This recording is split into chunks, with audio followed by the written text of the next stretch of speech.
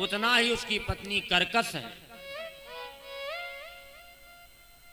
दोनों की आपस में कभी बन नहीं पाई।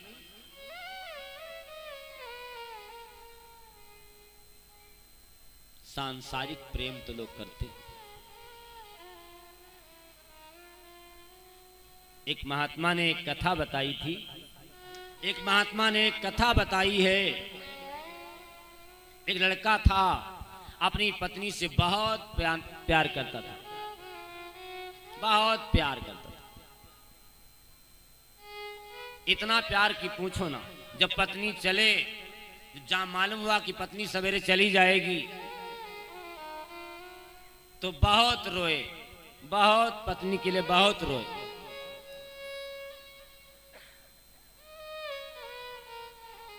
ट्रेन पर बिठाना है, पत्नी को दूर जाना है।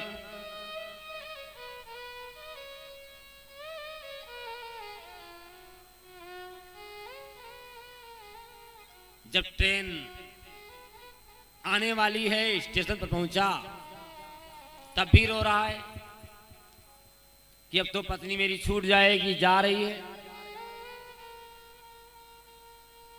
कुछ देर बैठा, देखा तो एक बगल में दूसरा और एक आदमी रो रहा था।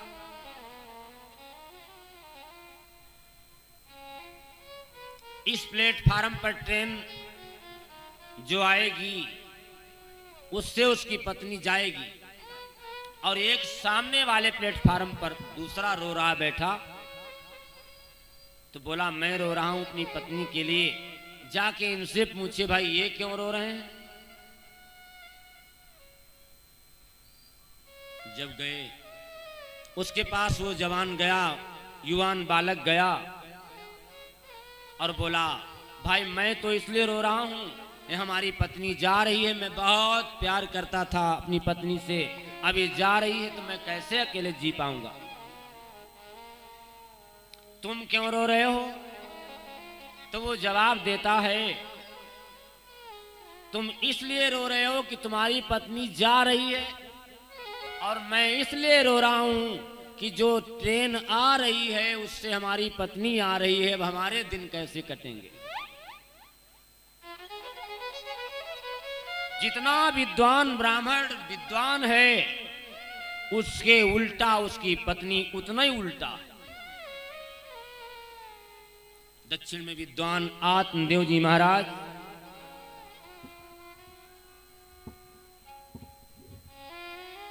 लेकिन साथ नहीं छोड़ा, अपनी पत्नी का साथ नहीं छोड़ा। गालियां सुनी, अपमान सुना, झगड़ा हुआ, रोज लड़ाई होती थी, छोड़ा नहीं।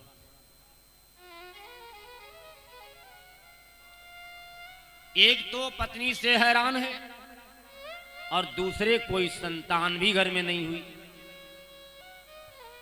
कोई संतान भी नहीं घर में हुई। एक दिन ब्राह्मण सोच रहा है, एक तो पत्नी से रोज प्रताड़ना मिलती है, दूसरे कोई संतान नहीं है, तो चलते हैं जंगल में और वहीं डूब के मर जाएंगे। क्यों मर जाएंगे? सुनता हूं कि जिसके बेटे नहीं होते हैं, जिसके बच्चे नहीं होते हैं, उसको जलदान कौन करेगा? उसकी तारायणी कैसे होगी? उसको मुक्ति कैसे प्राप्त होगी? ब्राह्मण मरने के उद्देश्य से चला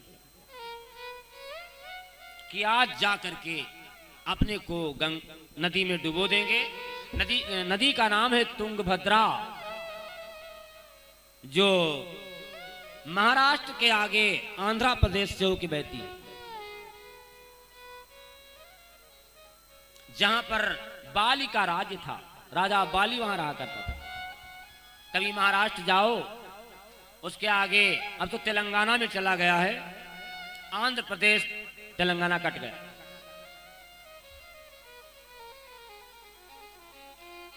तुंगभद्रा नदी के तट पर वो रहा करते थे। नदी में डूबने का मन बनाया। ये जो भागवत भगवान है ये तो हर जगह व्याप्त है। जैसे मरने जाने वाला था कि नदी में डूब जाए, वैसे साक्षात एक सन्यासी दंड हाथ में लिए हुए सामने आ गए। ये आत्मदेव महाराज रुको रुको रुको, रुक गए। क्या करने जा रहे हो? हमारी कोई संतान नहीं हो पाई भगवान, तो अब मेरा मन करता है कि मैं अपने को नष्ट कर दूं, मैं आत्महत्या करने जा रहा हूं। क्यों? अगर हमारे कोई संतान नहीं होगी तो मुझे मुक्ति कैसे प्राप्त होगी? हमें जल और तिल दान कौन करेगा? भगवान साक्षात आके समझाने लगे, बेटा महाराज तुम कहां भूल रहे हो? ये कर्म भूमि है, जो करेगा वही भरेगा, वही उसको मिलेगा।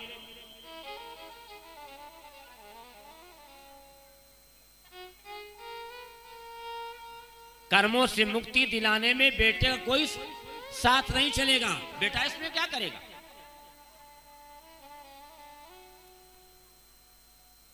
इसमें बेटा कुछ नहीं कर पाएगा। ब्राह्मण बोला, भगवान हमारे मन को शांति नहीं प्राप्त हो रही, हमारा मन नहीं शांत हो रहा है। मैं चाहता हूं मुझे बेटे की एक प्राप्ति हो जाए। अगर बेटा नहीं मिला तो हम शांत नहीं रह पाएंगे।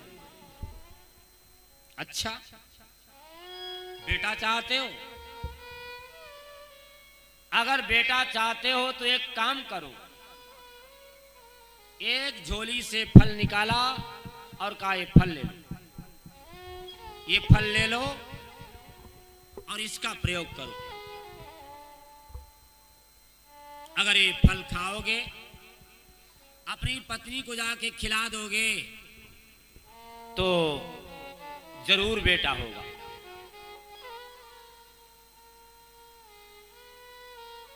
ब्राह्मण के तो भूत सवार है बेटे का, जबकि बेटे से मुक्ति होने वाली नहीं है। ये भगवान सूत जी महाराज नैमिषारण्य में 88,000 ऋषियों को सुना रहे हैं। सौनकादि 88,000 ऋषियों को सुना रहे हैं। अगर बेटे से मुक्ति होती तो शायद बेटा जिनके थे वो सब मुक्त हो गए होते। आपने देखा होगा ऐसे ऐसे लोग भी दिखाई देंगे। मैं तो बाहर भ्रमण करता हूं, देखता रहता हूं, जिनके घर में बड़े बेटे बड़े बड़े हैं, नौकर हैं, विदेश में रह रहे हैं, उनके बाप वृद्धा आश्रम में जिंदगी बिता रहे हैं।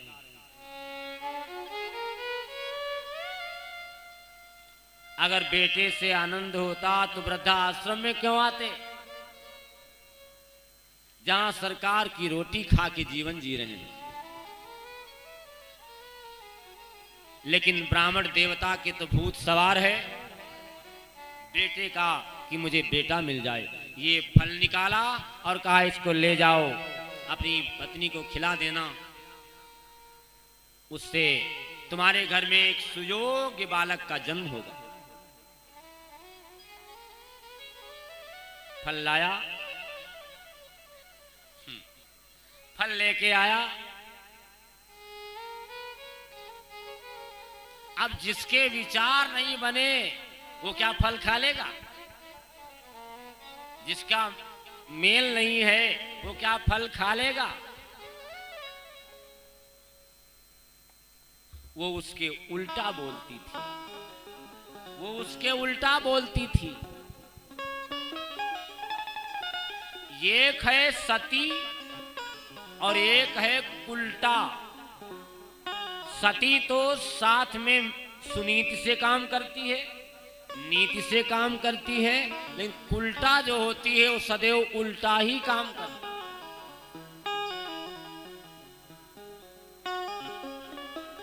इलाहाबाद में प्रयाग का मेला लगता है, बड़ा धूमधाम से लगता है। एक सज्जन ऐसे अपनी पत्नी को लेकर नहलाने के लिए गए गंगा में। कभी तालमेल तो रहा नहीं, लेकिन न सोचे कि कुंभ लगा हुआ है, चलो स्नान करने चल के। और जब कुंभ में नहाने के लिए गए तो पहले एक प्रथा थी, एक परंपरा पहले मर्यादा की हुआ करती थी। अब तो यही महिला नहा रही हैं, यही पुरुष नहा रहे हैं। पहले महिलाएं अलग नहाती थी, पुरुष अलग नहाते थे। अकस्मात नदी की धारा तेज थी, थोड़ा सा पैर नहीं रुक पाया और पत्नी बहते बहते उसी में बहते जा रही है, चली गई। अब पति ने देखा बहुत देर हो गई, पत्नी कहां चली गई मेरी। भले कितना विरोध रहा, एक दूसरे के उल्टा रहते थे तभी, लेकिन पत्नी तो पत्नी है। अब बोले सबके वहां की तो आ गई है, हमारी घरवाली कहां गई। तो धारा तो पूरब को बह रही है और वो ढूंढने कहां, वो ढूंढने पश्चिम को जा रहे हैं।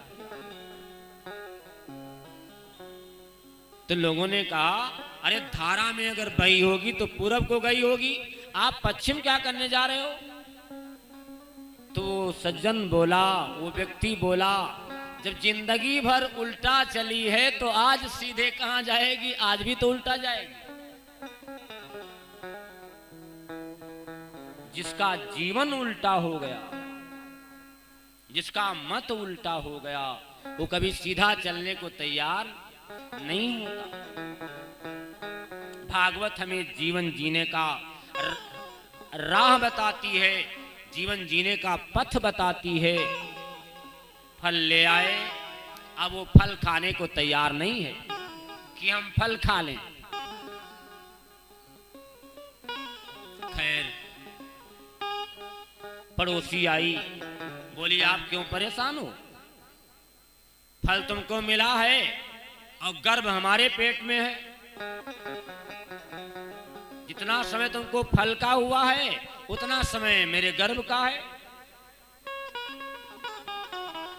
हम अपना बच्चा दिखा देंगे और तुम ये जो फल लाए हैं, वो सोच रही अगर हम फल खा लेंगे तो मेरा शरीर का ढांचा बदल जाएगा, पेट बढ़ जाएगा।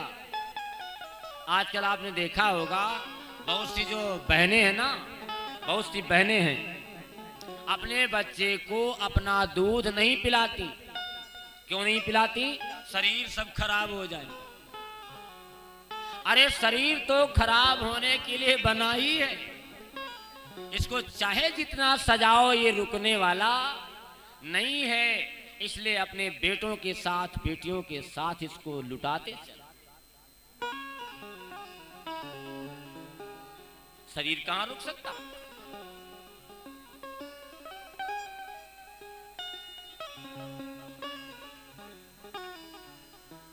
फल नहीं खाया, जब फल नहीं खाया, फल वो गाय को खिला दिया। गाय को फल खिला दिया, समय आया तो जो पड़ोसिन थी उसके बच्चा हुआ और गाय से एक बछड़ा हुआ। गाय से बछड़ा हुआ, लेकिन हाथ पैर तो उसके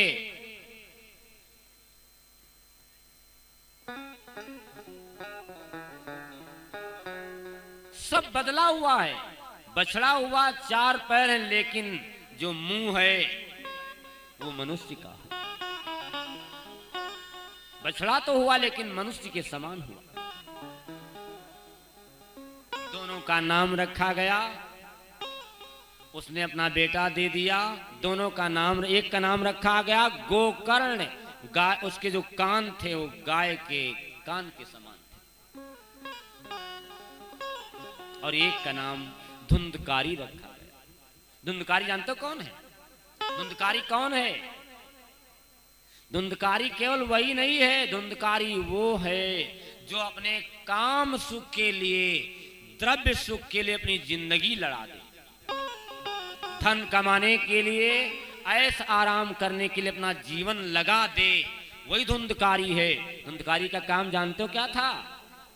पैसा कमाना, चोरी डकैती लूट मार करना और जा करके दूसरी स्त्रियों को लुटा देना।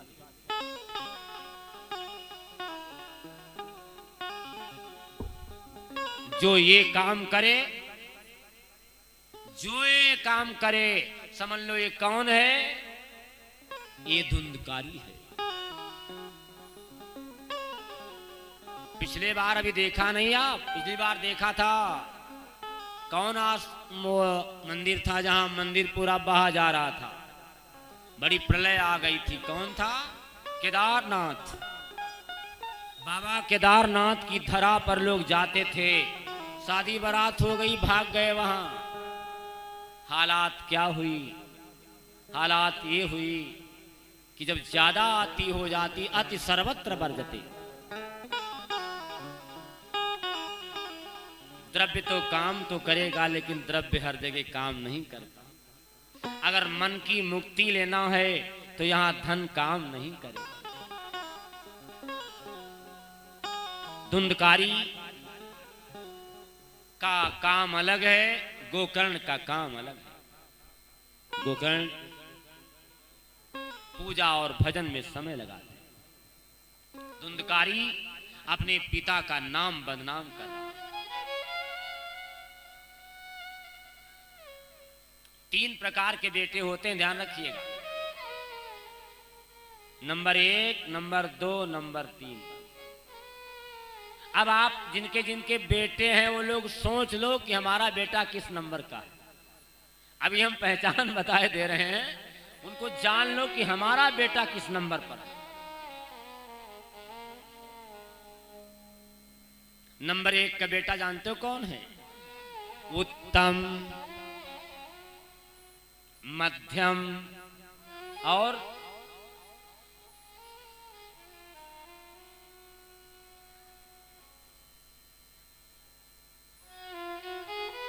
उत्तम कौन बेटा है? उत्तम आज्ञा बिनु करे।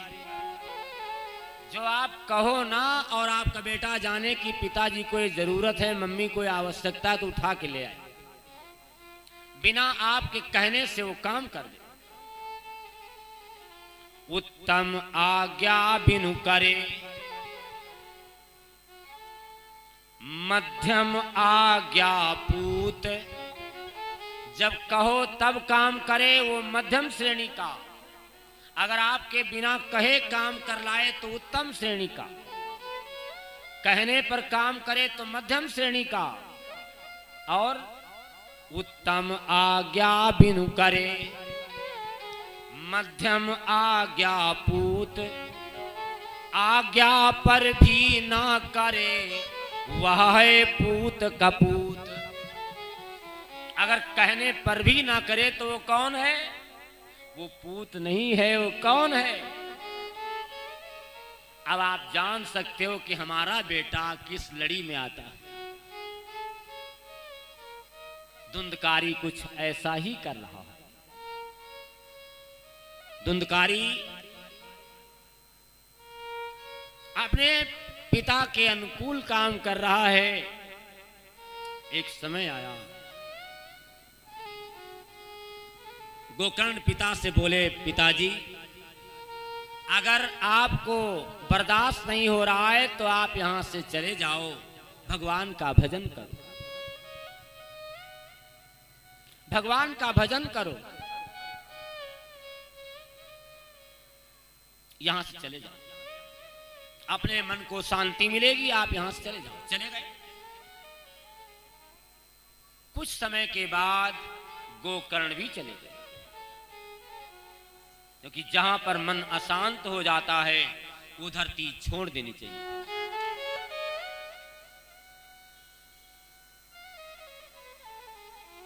अब बचा कौन?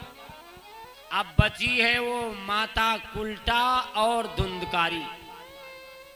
धुंधकारी के पास पैसा कम पड़ा, और अगर डेरों में जाओ और पैसा ना हो तो क्या वैश्या आपका सम्मान करेगी? सम्मान नहीं करेगा। एक दिन अपनी मां से बोला, पैसा लाओ। तो मां बोली, मेरे पास तो पैसा है नहीं। तो धुंधकारी कहता है, जहां कहीं छिपा रखा है वो पैसा दे दो, नहीं तुमको रात में हम मार डालेंगे।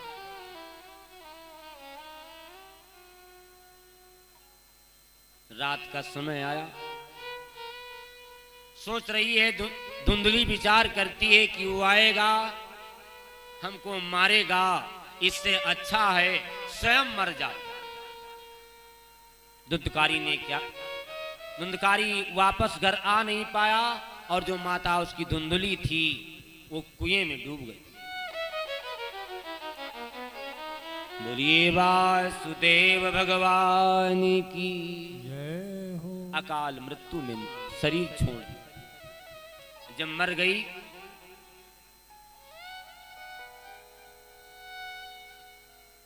धुंधकारी आया, जो घर में जरजेवर था सब बेच करके लुटा दिया, लेकिन मन को शांति नहीं मिली।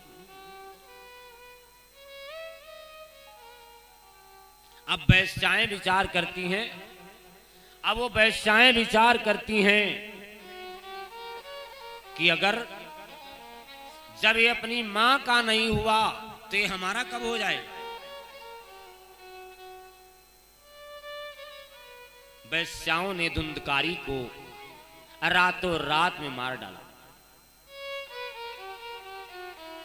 क्या मर जाओगे, मर के बाद तर जाओगे, ये निश्चित है। क्या मर जाओगे फिर तर जाओगे। मन में वासनाएं भरी थी, धुंधकारी तरा नहीं, और जब नहीं तरा मेरे भाई बहन तो क्या बना, उजड़ गया हर तरह से आशाओं का खेत, यहां धुंधकारी हुआ महाभयानक प्रेत। मर गया, मरने के बाद प्रेत बना। और जब कोई प्रेत योनि में आता है तो अपने सूक्ष्म शरीर में आ जाता है। जो ये झंडा लगा हुआ सामने, झंडा ये धुंधकारी का।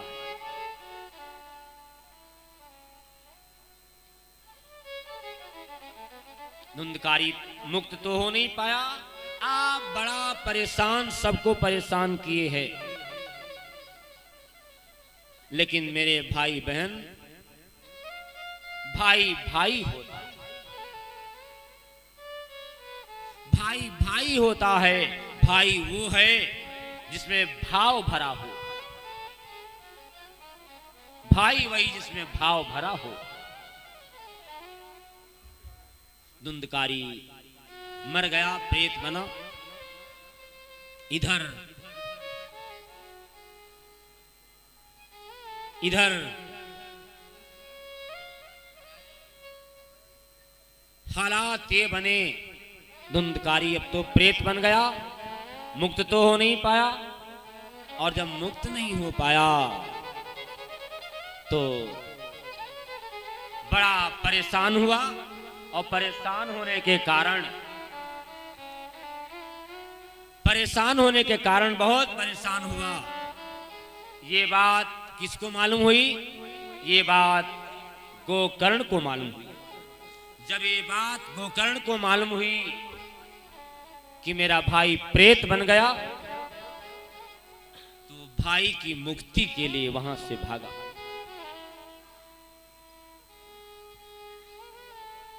जो भरा नहीं है भावों से, जिसमें भाव नहीं तो भाई कैसा? भाई मर गया, भाई के मरने का सदमा सबको बर्दाश्त नहीं हो। जो भरा नहीं है भावों से, बहती जिसमें रस धार नहीं, जो भरा नहीं है भावों से बहती जिसमें रस धार नहीं, जो भरा नहीं है भावों से बहती जिसमें रस धार नहीं, जो भरा नहीं है भाव से बहती जिसमें रस धार नहीं, जो भरा नहीं है भावों से बहती जिसमें रस धार नहीं, वह हृदय नहीं वह पत्थर है, हृदय नहीं वह पत्थर है, वह हृदय नहीं वह पत्थर है, भाई से जिसको प्यार नहीं, वह हृदय नहीं वह पत्थर है, भाई से जिसको प्यार नहीं।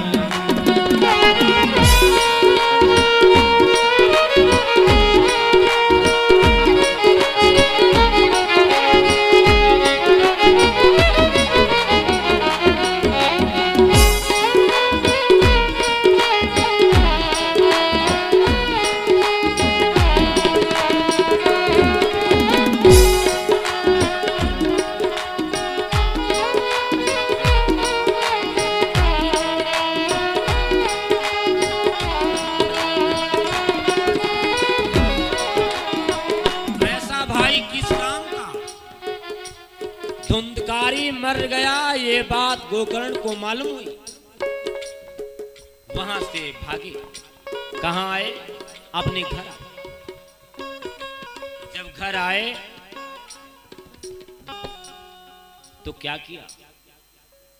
एक काम किया। लोगों ने बताया तुम्हारा भाई मर गया है, मां कुएं में डूब करके मर गई।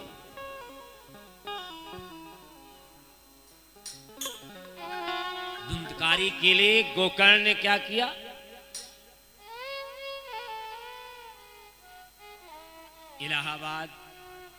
इलाहाबाद, वाराणसी और गया, संसार में सबसे पूज्य स्थान जानते हो कौन है?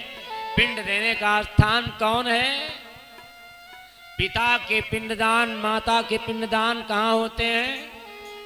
और एक और गया होती है जो गुजरात में होती, जिसका नाम है सिद्धपुर। आगे चर्चा आएगी, आप सुनेंगे, जो गुजरात में गया होती है। वहां गया क्यों होती?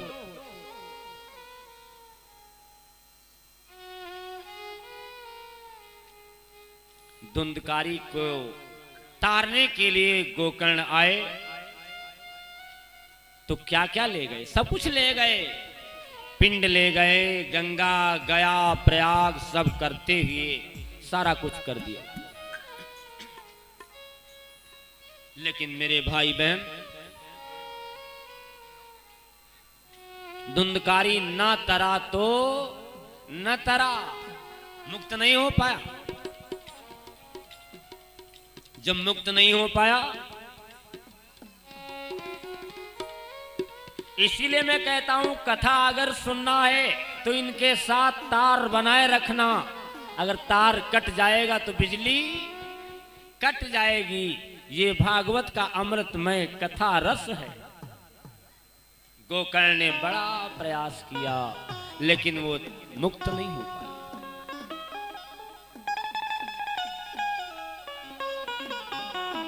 लौट करके आए गोकर्ण तो भेड़ा बकरा बन बन के सामने आने लगा। धुंधकारी जब बन के आया सामने, जानवर बन के आया, तो गोकर्ण ने मंत्र का प्रयोग किया और जल के छींटे मारे और बोले, बताओ तो तुम कौन हो?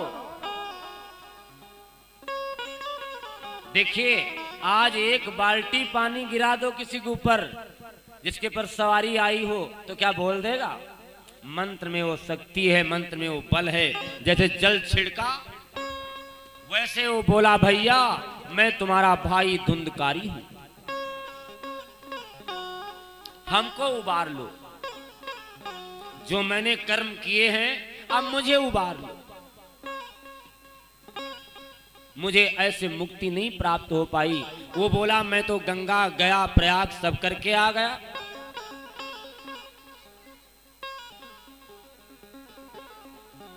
धुंधकारी ने एक बात कही वहां पर, जरा गौर करना, है वो प्रेत, लेकिन प्रेत की जब बुद्धि जागती है तो देखिए प्रेत ने क्या जवाब दिया। भैया यह तो कर्मों की खेती है, भैया यह तो कर्मों की खेती है, जो बोएगा सो पाएगा।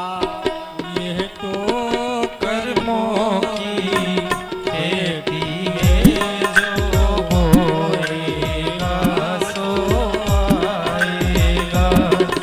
ये तो कर्मों की खेती है, जो बोएगा सो पाएगा। ये तो कर्मों की खेती है, जो बोएगा सो पाएगा। कर्मों से मुक्ति दिलाने में,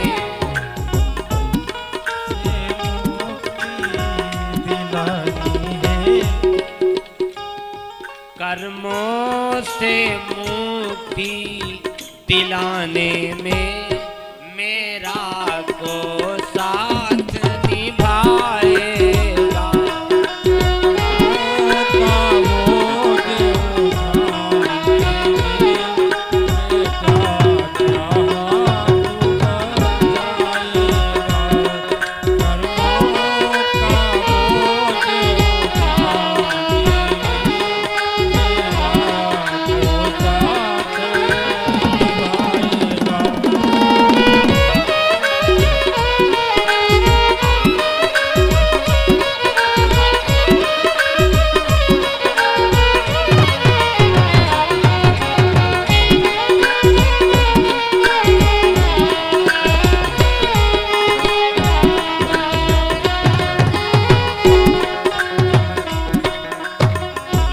भागवत भगवान की। धुंधकारी ने कहा, जो हमने बोया है, जो हमने अत्याचार दुराचार किया है, इससे मुझे कैसे मुक्ति मिल सकती है?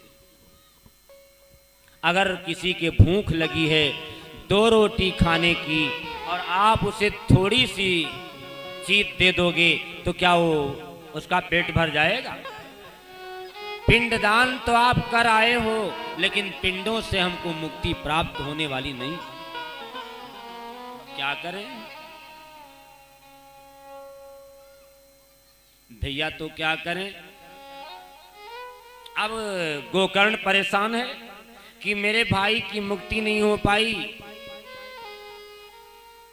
भगवान सूर्य का आवाहन किया।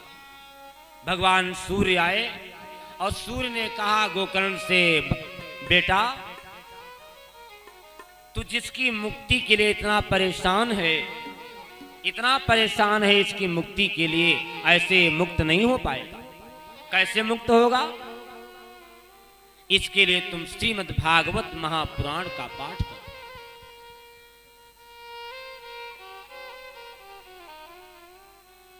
धुंधकारी की मुक्ति के लिए गोकर्ण ने श्रीमद् भागवत का साप्ताहिक पारायण पाठ रखा जो यहां पर चल रहा है।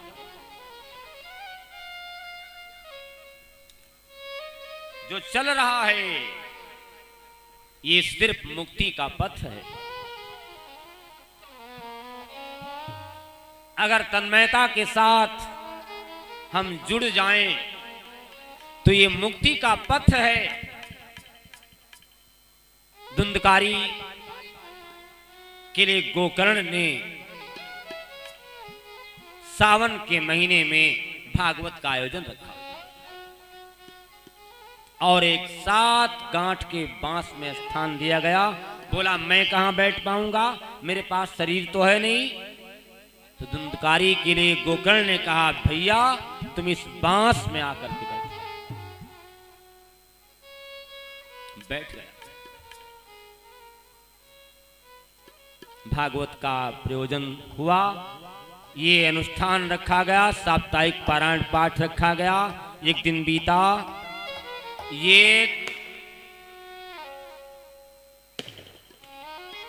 दिन बीता, 2 दिन बीते, 3 दिन बीते, ऐसे साप्ताहिक पारायण का आयोजन किया। सारी गांठें जो थी वासना की वो फटती चली गईं और उसी के लिए एक सुंदर विमान आ गया सामने। विमान आ गया धुंधकारी को ले चलने के लिए। सफेद वस्त्रों में भगवान के दूत विमान लेकर के आ गए। यहां भागवत हो रही है और मान लिया 7 दिन में अगर विमान आ गया तो कौन कौन चलने को तैयार है।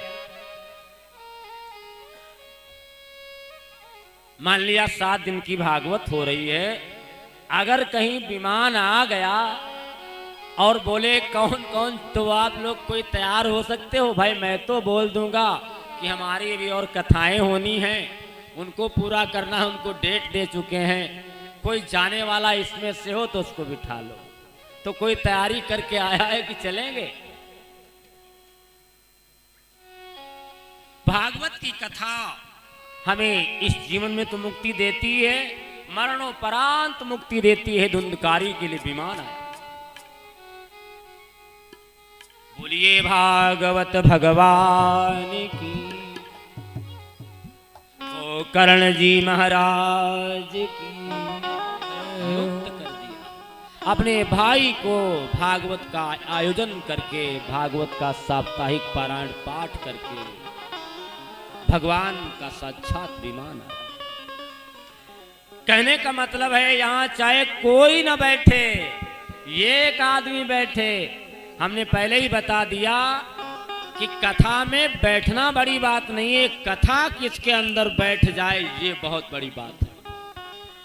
कथा जब बैठ जाएगी तो विमान तुरंत उतर के आएगा। जीवन में तो मुक्ति देती है, मरने के बाद मुक्ति देती है, मरणोपरांत भी मुक्ति है। धुंधकारी मुक्त हुआ। इधर व्यास जी महाराज 17 पुराणों को लिखने के बाद दुखित बैठे हुए हैं। देव ऋषि नारद बाबा व्यास जी के पास आए, अपनी पूरी कथा बताए, भागवत का महात्म बताए। कहने लगे आपको दुख इसीलिए है,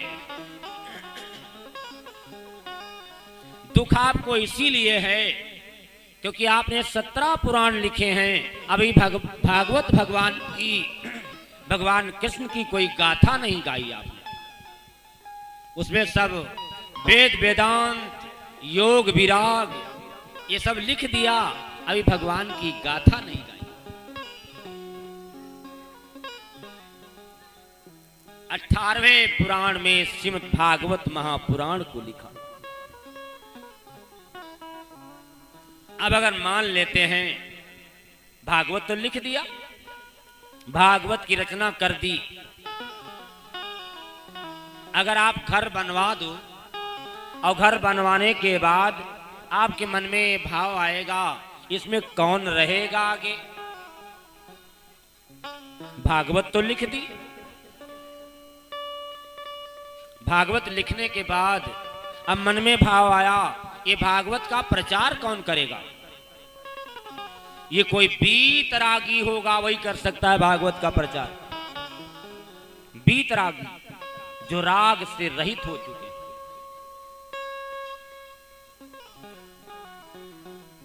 भागवत लिखने के बाद मन में भाव आया कि भागवत का प्रचार कौन करेगा।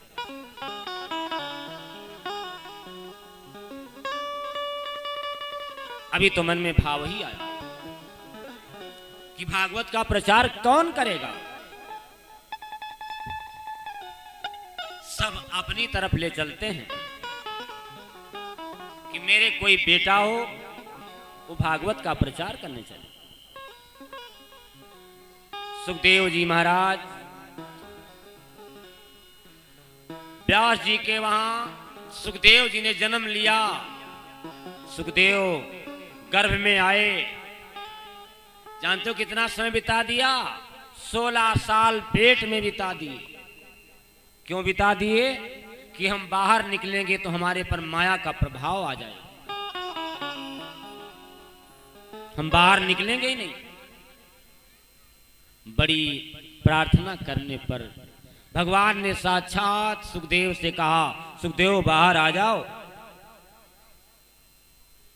सुखदेव बाहर निकले और जब सुखदेव बाहर आए तो नारा लेकर के सुखदेव भाग खड़े। सुखदेव नारा लेकर के भाग गए और जब भाग गए सुखदेव, पीछे पीछे व्यास दौड़ते जा रहे हैं पुत्र के मोह में। अगर आपका बेटा छोटा हो और भागता हुआ जा रहा हो तो आप उसको दौड़ करके बुलाने का प्रयास करें, लेकिन वो नहीं आए। कैसे आए?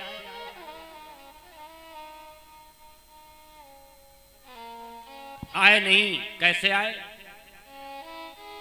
सुखदेव चले गए जंगल में और वहां पर एकांत में बियाबान जंगल में पेड़ों की छाल छील छील करके उसको चाटा करते थे, छाल छील खाया करते थे, पत्तियां चबा लेते थे। न कोई कपड़ा है, कुछ न पहने हैं, निर्वस्त्र है। जिसमें सुखदेव भागे जा रहे थे आगे आगे, व्यास जी महाराज पीछे पीछे जा रहे हैं। एक तालाब में कुछ महिलाएं स्नान कर रही थी और वो महिलाएं जो स्नान कर रही हैं वो निर्वस्त्र स्नान कर रही हैं।